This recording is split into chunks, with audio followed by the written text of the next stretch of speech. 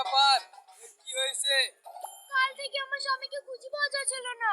আজকে আবার বাগানে খুঁজে পানো তো উল্টো পাল্টা বলছে। আপনি একটু চেক করে দেখেন তো আমার স্বামীকে ভূতে ধরেছে কিনা। ঠিক আছে, দেখছি। ওম রিম গিল সাহা, ওম রিম গিল সাহা। এই ছাড়ো তো আমার হাত, লোকটা ভেঙে দিবা নাকি?